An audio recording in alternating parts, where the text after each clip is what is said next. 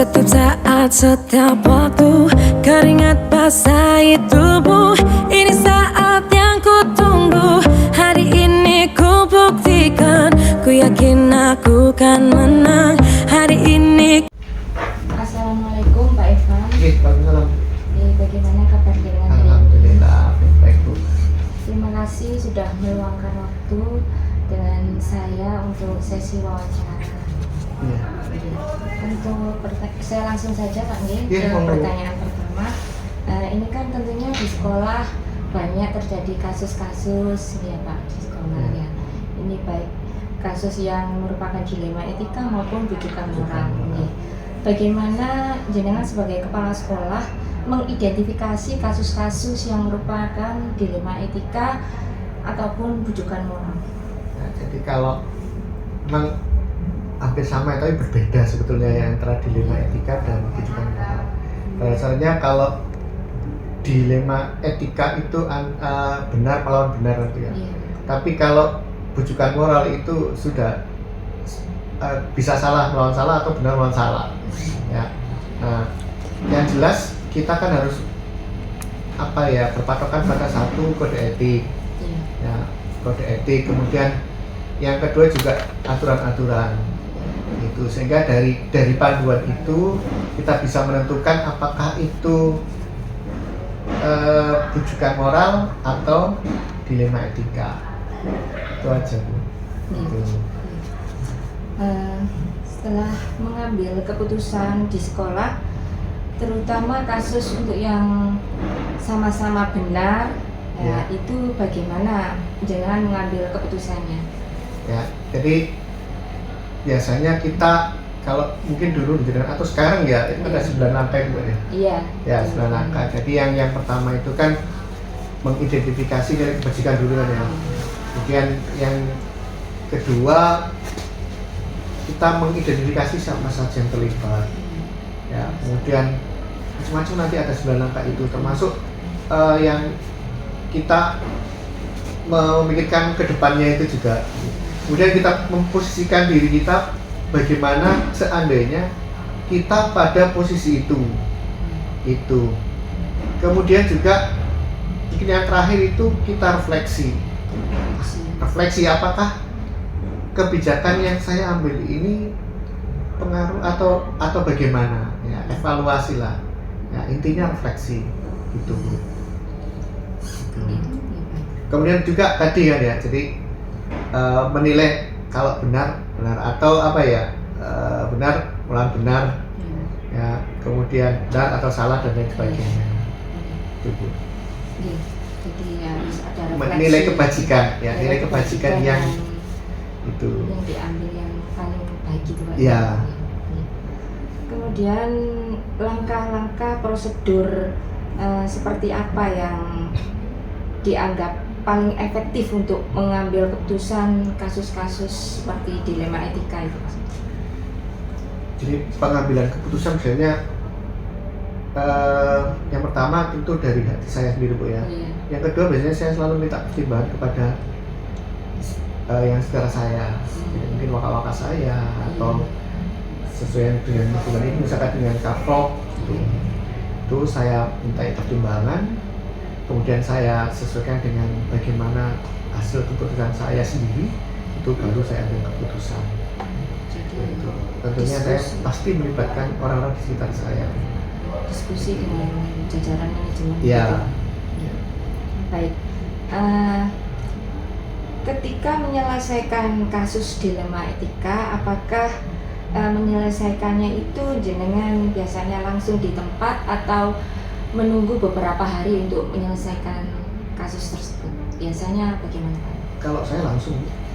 Ya, tapi yang jelas gini, ya, kalau misalkan bisa diselesaikan langsung, ya langsung. Tapi kalau misalkan saya membutuhkan keterangan lain, keterangan lain untuk identifikasi, maka ya saya menunggu, harus mendapatkan informasi yang lain itu. Harus ada fakta-fakta. Itu ya tadi yang 9 langkah itu kan ada fakta-fakta ya. Pak. Untuk faktor-faktor yang mempermudah atau membantu jenengan mengambil keputusan dalam kasus-kasus dilema etika itu bagaimana Pak? Kalau yang permudah itu biasanya sebelumnya saya punya pengalaman menyelesaikan kasus seperti itu mudah. Yang kemudian yang kedua tergantung aturannya itu. Nah, ada aturan-aturannya itu kalau memang sesuai enak ya itu mudah itu termasuk juga yang punya kasus itu. Kalau misalnya kooperatif ya enak itu. Cuma yang paling banyak memang pas kalau kita punya pengalaman enak itu. Kalau kita tidak punya pengalaman, saya ngalami juga di sini, saya nggak punya pengalaman masalah ini, saya bingung menentukannya.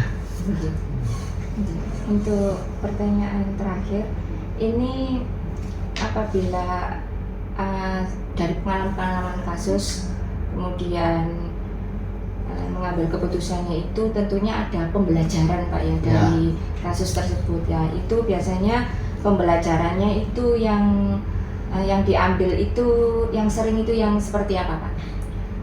Jadi pembelajaran pertama. Jadi kalau misalkan itu masalah baru atau kasus baru, maka itu akan menjadi pengalaman bagi saya. Itu. Kemudian yang kedua, ini untuk mencegah kejadian atau kasus lagi, saya sudah punya pengalaman untuk mencegahnya. Itu sehingga ada kiat-kiat supaya ini tidak terjadi lagi. Itu. Pengalaman adalah guru yang terbaik. Iya. Okay. Begitu Bu. Okay. Saya kira itu saja Pak. Terima kasih telah meluangkan waktu pada sesi wawancara hari ini. Selamat bekerja kembali. Sekian, saya undur diri dulu. Wassalamualaikum warahmatullahi wabarakatuh. Kan dikenang semua doaku panjat. Assalamualaikum Pak Sofyan. Waalaikumsalam warahmatullahi wabarakatuh. Bagaimana kabarnya hari ini? Alhamdulillah sehat. Bapak sendiri sehat ya? Iya, alhamdulillah sehat. Terima kasih atas waktu yang diberikan kepada saya untuk sesi wawancara Pak Andi hari ini. Ini saya langsung saja untuk pertanyaan wawancaranya nih. Ini kan selama ini banyak permasalahan-permasalahan yang terjadi di sekolah Pak nih. Nah, ini bagaimana Anda mengidentifikasikan kasus-kasus yang merupakan dilema etika atau bujukan moral? Terima kasih sebagai masukan juga bahan kajian dari kami. Yang pasti kami selalu dengan asesmen atau identifikasi kasus-kasus itu kan dari salah satunya mungkin laporan dari wali kelas, kemudian atau mungkin dari anak-anak sendiri, siswa sendiri, dan beberapa stakeholder SMK dari Bino yang lain. Juga kami kan juga setiap hari kan mengamati perubahan siswa itu kan kadang butuh percepatan, sehingga kesimpulannya tidak semua masalah siswa itu negatif. Ada juga permasalahan yang positif, misalkan anak butuh percepatan di kelasnya pinter tapi karena gandol istilahnya akhirnya dia menjadi masalah. Nah, ini kan perlu kita identifikasi, kita adakan asesmen bersama kolaborasi antara guru-guru BK, wali kelas dan seluruh stakeholder yang ada di SMK. Lalu setelah tertemukan permasalahan macam ragamnya, kita coba carikan solusinya, problem solvingnya. Gitu. Selanjutnya, bagaimana pengambilan keputusan itu apabila ada kepentingan yang sama-sama benar, misalnya ya, itu mengambil keputusannya itu bagaimana? Jika ini ditimbang benar, ini juga benar, bagaimana mengambil keputusan salah satunya yang bagaimana? Yang pasti harus ada kebijaksanaan dan kebijakan hati. Ada memang aturan ada kebijakan. Contohnya, misalkan dua permasalahan yang sama-sama baik, maka kita ambil sisi mudorotnya, manfaatnya bagaimana. Nah, kemudian kita komunikasikan, tidak serta-merta kita ambil kesimpulan, kita putuskan, maka kita harus ada masukan kolaborasi. Nah, itu kita timbang-timbang. Bagaimana? Oh ini konsekuensinya ini, oh ini kelemahannya ini, oh ini kerugiannya, oh ini keuntungannya, sehingga tetap kita bila-bila dulu baru kita putuskan. Dan otomatis kan kita harus perhatikan semua komponen. Jadi bisa diambil keputusan yang benar, Yang terbaik, ya, Pak Nih. baik di antara Yang terbaik. yang terbaik. Oke. Kemudian langkah-langkah prosedur yang biasa Anda lakukan jika mengambil keputusan itu yang paling dianggap efektif, langkah-langkah yang efektif. Yang pasti dalam keputusan itu kita juga harus skala prioritas, skala prioritas keputusan mana. Sekali lagi kita juga harus dampak baik secara psikologis, dampak sosial, dampak belajar. Nah ini kita pilih sehingga kita ini diputuskan, diklasifikasikan terlebih dahulu mana yang sekiranya perlu untuk kasus atau permasalahan atau mungkin statement dari seluruh komponen, baik itu mungkin siswa atau mungkin seluruh keluarga besar SMK Binongan khususnya ini kita. Iya, terima kasih. Apakah untuk mengambil keputusan itu kan mesti ada tantangan-tantangan Pak Nih? Biasanya tantangan-tantangan yang paling sering itu apakah tantangan? Pastinya setiap keputusan ada konsekuensi, ada yang keputusan tidak populis, artinya keputusan itu baik tapi mungkin banyak kontroversi. Nah, sehingga otomatis kita juga perhatikan tantangan ini, pasti setiap keputusan pasti ada konsekuensi, sehingga sejauh mana kita bisa memilah, memilih dan memadukan. Nah, kita harus ada keberanian, tidak bisa tidak, karena ini pilihan. Kita harus pilih mana yang terbaik di antara yang baik-baik tadi. Pasti kalau tantangan pasti ada, sehingga bagaimana kita mengkolaborasikan, merangkul semua komponen, baik dari siswa, wali kelas, bapak ibu guru, karyawan dan seluruh stakeholder. Termasuk juga kita tidak bisa melupakan wali murid dan juga sosial sebagai kontrol sosial di masyarakat.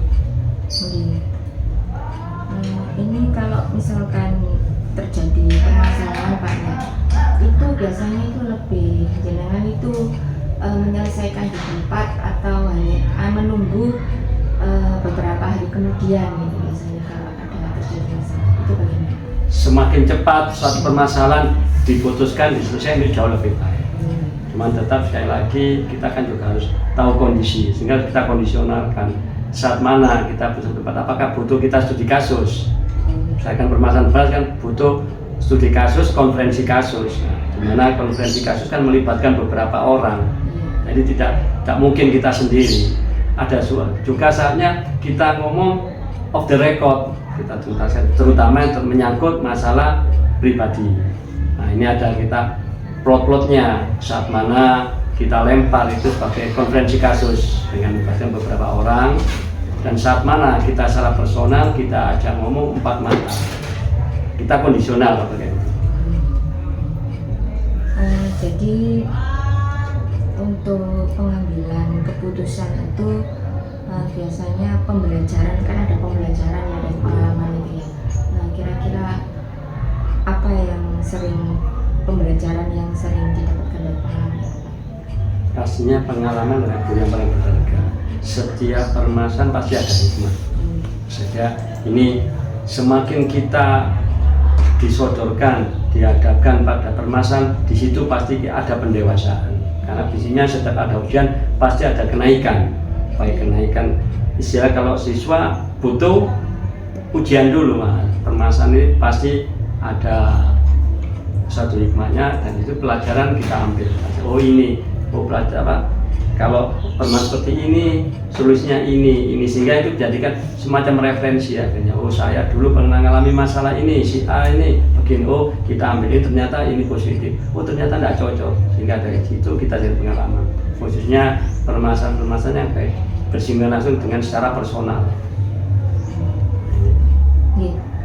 Terima kasih atas waktunya Pak Sofyan selaku wakil kesiswaan di SMKN Binongan. Semua pengarahan dan jalan tadi sangat bermanfaat bagi kami. Terima kasih sekali lagi atas kami. Mugi-mugi lancar, gangsal, sukses Bu. Nggih. Assalamualaikum warahmatullahi wabarakatuh. Waalaikumsalam warahmatullahi wabarakatuh. Kan sejarahku persembahkan, terus fokus satu titik, hanya itu, titik itu, tetap fokus kita kejar, lampaui batas, terus fokus satu titik, hanya itu, titik itu, tetap fokus kita kejar dan raih bintang.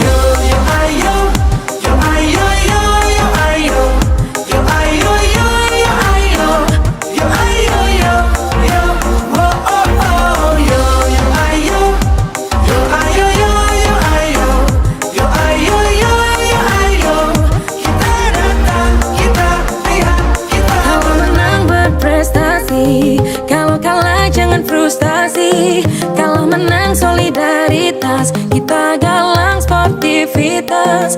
Kalau menang berprestasi, kalau kalah jangan frustasi.